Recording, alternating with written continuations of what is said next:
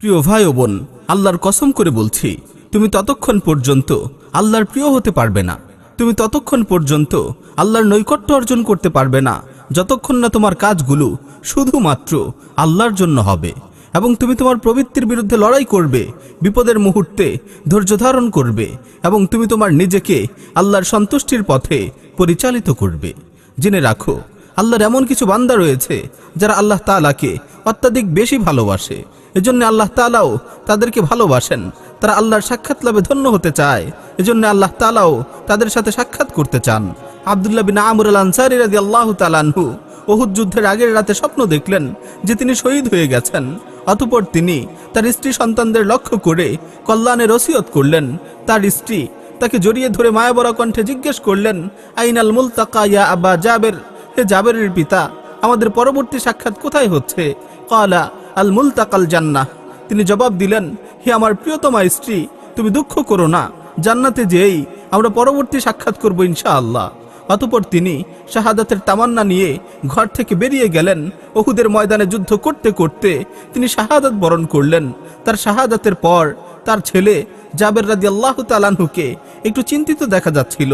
তখন রাসূল সাল্লাল্লাহু আলাইহি ওয়াসাল্লাম তাকে সান্ত্বনা দিয়ে বললেন, ইয়া জাবের, ওয়াল্লাযী নাফসি বিয়াদিহি মা যালাতিল মালাইকাতু তুযিল্লুহু বিআজনিহাতিহা হাত্তা রাফাআতহু ওয়াল্লাহি ইয়া জাবের ইন্নাল্লাহা কাল্লামা আবাকা কিফাহান লাইসা বাইনাহু ওয়া বাইনাহু তুরজুমান। হে জাবের, ওই সত্তার শপথ করে বলছি যার হাতে আমি মুহাম্মদের জীবন, তোমার বাবাকে ফেরেশতারা তাদের ডানার ছায়ায় আচ্ছাদিত করে আসমানে তুলে নিয়ে গেছে। হে জাবের, আল্লাহর কসম করে বলছি, তোমার বাবার সাথে আল্লাহ তাআলা সরাসরি কথা বলেছেন, এমনকি আল্লাহর মাঝে এবং তার মাঝে কোনো ধরনের দোভাষী ছিল না। আল্লাহ তাআলা তাকে লক্ষ্য করে বললেন, হে আমার বান্দা, তুমি আমার কাছে চাও, আজকে তুমি যা চাবে তোমাকে তাই দেয়া হবে।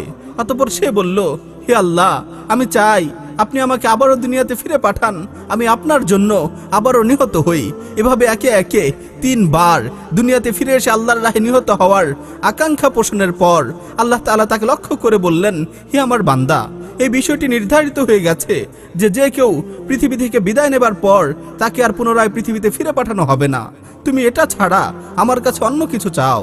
তখন সে বলল, হে আমার প্রতিপালক, আমি তো আপনার প্রতি সন্তুষ্ট হয়ে গেছি, আমি চাই আপনিও আমার প্রতি সন্তুষ্ট হয়ে যান। অতঃপর আল্লাহ তাআলা তাকে আশ্বস্ত করে বললেন, ফাইন্নী আহলালতু আলাইকা রিদওয়ানি ফালা আসখাতু আলাইকা আবাদা। হে আমার বান্দা, আজকে আমি তোমার প্রতি এমন ভাবে সন্তুষ্ট হলাম যে আজকের পর আমি আর কোনোদিন তোমার প্রতি অসন্তুষ্ট হব না। ফাইন্নী আহলালতু আলাইকা রিদওয়ানি ফালা আসখাতু আলাইকা আবাদা। হে আমার বান্দা, আজকে আমি তোমার প্রতি এমন ভাবে সন্তুষ্ট হলাম যে আজকের পর আমি আর কোনোদিন তোমার প্রতি অসন্তুষ্ট হব না।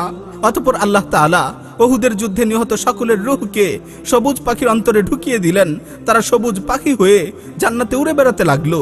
জান্নাতের বাগানগুলোতে ঘুরে ঘুরে জান্নাতের নিয়ামত সমূহ ভক্ষণ করতে থাকলো। জান্নাতের ঝর্ণা সমূহ থেকে সুমিষ্ট পানি পান করতে লাগলো।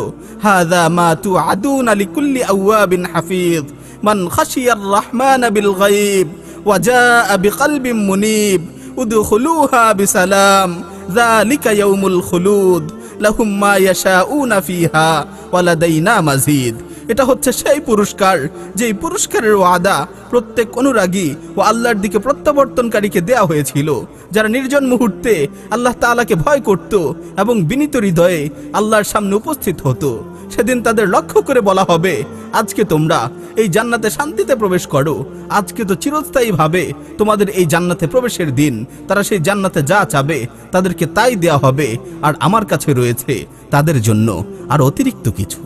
অপর এক বর্ণনা এসেছে, আল্লাহ তাআলা আব্দুল্লাহ বিন আমর আল আনসারী রাদিয়াল্লাহু তাআলা আনহু সহ উহুদের সকল শহীদদের রূহকে একত্রিত করে তাদেরকে লক্ষ্য করে বললেন, হে আমার বান্দারা, তোমরা আমার কাছে চাও, আজকে তোমরা আমার কাছে যা চাবে আমি তোমাদেরকে তাই দিব। তখন তারা বলল, হে আমাদের প্রতিপালক, আমরা দুনিয়াতে ফিরে যেয়ে আবারও আপনার রাস্তায় নিহত হতে চাই। আমরা দুনিয়াতে ফিরে যেয়ে আবারও আপনার পথে আমাদের জীবনটাকে বিলিয়ে দিতে চাই। তখন আল্লাহ তাআলা তাদেরকে লক্ষ্য করে বললেন, হে আমার বান্দারা, এই বিষয়টি নির্ধারিত হয়ে গেছে যে দুনিয়া থেকে বিদায় নেবার পর কেউ আর দুনিয়াতে ফিরে যাবে না। তোমরা আমার কাছে এছাড়া অন্য কিছু চাও।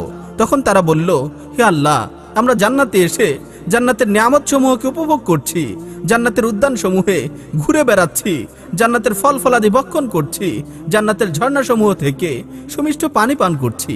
অথচ যারা দুনিয়াতে বসে রয়েছে তারা তো আমাদের এই অবস্থা সম্পর্কে কিছুই জানে না। হে আল্লাহ, আমরা চাই আপনি আমাদের এই অবস্থার কথা দুনিয়াতে অবস্থানরত আমাদের ভাইদের কাছে পৌঁছে দিবেন, যাতে করে তারা শাহাদাতের মর্যাদা সম্পর্কে অবগত হয়ে আপনার পথে জীবন বিলাতে পারে।